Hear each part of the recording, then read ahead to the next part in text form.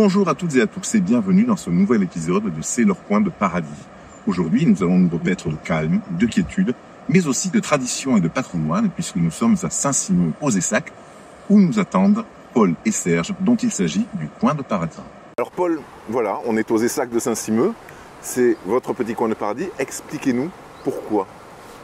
Ah oui, mais c'est un petit coin de paradis, un coin qui m'est cher et qui est cher à tous les copains de notre association qui porte le même nom, les Essacs de Saint-Simon. C'est un site historique puisque les Essacs, donc on trouve des traces depuis 1331. Donc il y a des écrits qu'on a retrouvés aux archives départementales. Et bien sûr, à cette époque, ils n'étaient pas dans cette configuration. C'était des pieux plantés dans la rivière, pieux en V avec une sorte de nasse au bout, on peut imaginer. Alors que là maintenant, ça date de Napoléon III, 1867. Et on a encore le règlement de cette époque qui dicte les largeurs de passage d'eau, les oui, hauteurs. C'est très réglementé, hein, c'était très réglementé. Tout à fait, et si on vient, cet acte est toujours d'actualité. Et alors vous, ce lieu chargé d'histoire, comment vous est venu le virus? Comment vous êtes intéressé? Le virus, pour moi, c'est tout simple, parce que je suis un enfant du pays, je me suis élevé ici, j'ai toujours vu les gens pêcher, et puis avec mes parents, mes grands-parents, on a toujours participé à l'entretien des digues. Et alors petit à petit, ça s'est structuré. Les Essacs de Saint-Simon, aujourd'hui, c'est une association. Quel est son rôle? Alors, c'est parti tout simplement parce qu'il y a un Essac, c'est l'avant-dernier isolé, là, devant vous, qui était en train qui tombait en ruine, on va dire. Tout simplement parce que les droits de pêche n'avaient pas été renouvelés. Et le département avait dit non, on supprime la pêche à l'anguille. Et les gens donc n'avaient plus de motivation pour entretenir ces biens. Parce que ce sont des biens privés. Et la personne qui possédait a dit bon, je le donne au département et puis advienne que pourra. Stop, on fait une association. Et nous, on va s'en charger. Donc maintenant, ça fera 20 ans l'année prochaine qu'on est sur la brèche. Et tous les ans, on a un gros chantier. Et avec ces gros chantiers, ça nous a permis de changer tous les empêlements. Donc toutes les pelles sont neuves. Donc, et puis de faire des gros chantiers de maçonnerie qu'on ne voit pas. Parce que là-dedans, on a déjà mis 60 tonnes de ciment et autant de pierres pour renforcer, boucher des trous. Donc là, vous devez demander des autorisations, j'imagine, vous ne faites rien de votre propre chef. Alors, c'est ça qui est un petit peu surprenant, parce qu'au niveau de l'association, les seules autorisations qu'on aurait à demander, c'est pour faire des baisses de niveau s'il y a besoin. Mais généralement, on arrive à se débrouiller sans ça. Donc tout ça, c'est pour la valorisation finalement du patrimoine. Exact. Puisque la pêche à l'anguille aujourd'hui, voilà. Alors ça c'est pour la valorisation du patrimoine, la mise en valeur du site, parce que le ponton sur lequel nous nous trouvons a été installé par notre association. Et ça fait un petit peu jaser au début, parce qu'on nous a dit non, un ponton comme ça, votre association, elle n'est pas capable. On tient bien dessus, hein, ça va, je vous confirme. Depuis qu'il est en place, il y a tout le temps des bateaux, des pêcheurs, des mariés, des curieux, donc c'est toujours occupé. Et alors quel est l'impact, une dernière question, l'impact environnemental des canicules, des crues sur la population des anguilles en fait aujourd'hui?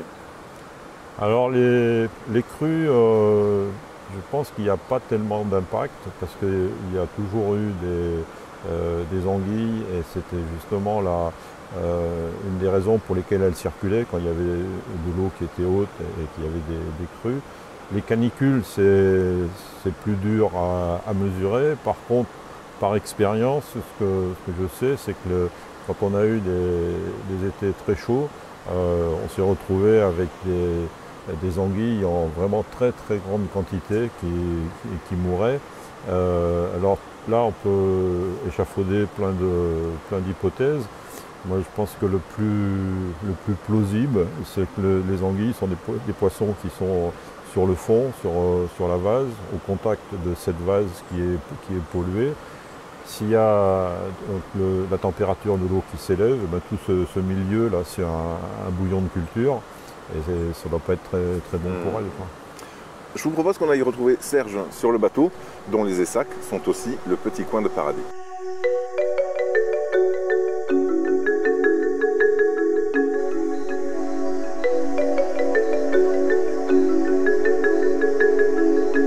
Alors Serge, voilà, les Essacs, c'est aussi votre petit coin de paradis. Expliquez-nous votre rapport aux Essacs. Disons, moi, j'étais pas vraiment pêcheur. C'était surtout mon père qui était pêcheur. Les Essacs servaient à pêcher les anguilles, les abanaisons, c'est pour bien aux anguilles, qui vont vers la mer pour se reproduire dans la mer du Tracas. Quels sont les souvenirs, les premiers souvenirs avec les Essacs? Autrefois, à l'époque, c'était les pêcheurs qui fabriquaient leurs bourneaux. Et souvent, c'était des gros bourneaux. Alors qu'est-ce que c'est un bourneau? Parce que ceux qui ne savent pas. Un bourneau, mais je sais pas. C'est un genre de panier que l'on donne le goût d'un filet, une lance. Alors on voit du coup ces Essacs. Expliquez-nous le fonctionnement. Donc, comment ça marche? Voilà. Alors bon, quand les conditions sont réunies, c'est-à-dire que la charente à monter, que la ligne est bonne, c'est-à-dire que la ligne n'est pas plus. Et donc, il y avait des appuis de matériel sur les sacs, c'est-à-dire que c'était de la manche et de l'oignon, fermé par un sac.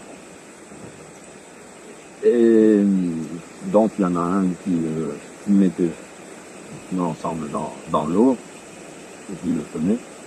Pendant ce temps-là, l'eau couvrait la plaine, et ça crée un surplain, ce qui fait que les anguilles, s'ils cherchaient à descendre dans la mer, eh ben, elles sentaient ce courant, puis elles demandaient pas pour, elles rentraient dedans, puis avec la force du courant, elles ne pouvaient pas ressortir. Alors même si la pêche est interdite aujourd'hui aux Essacs, eh ben, ça reste un lieu qu'on peut visiter. Oui, grâce à l'association, grâce à Paul, surtout. Oui, parce que sinon, ça aurait été détruit. Hein. Alors je sais que notamment, pour les journées du patrimoine au mois de septembre, il y a quelque chose de prévu ici. Est-ce que vous pouvez nous en parler un petit peu? Oui, donc tous les ans, pour les journées du patrimoine, on fait une fête pour expliquer aux gens, leur montrer plusieurs le fonctionnement et l'histoire du lieu. Ouais. Voilà. C'est gratuit. C'est ce qu'on est en train de faire. Il y a une boîte pour qu'ils mettent une pièce.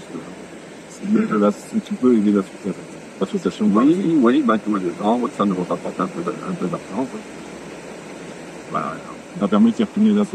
Voilà. Très bien. Ben, merci beaucoup, Serge. Voilà, c'est leur coin de paradis, c'est terminé. On espère que cette petite balade au fil de l'eau en compagnie de Paul et Serge vous a plu. On se retrouve très bientôt sur charentelibre.fr.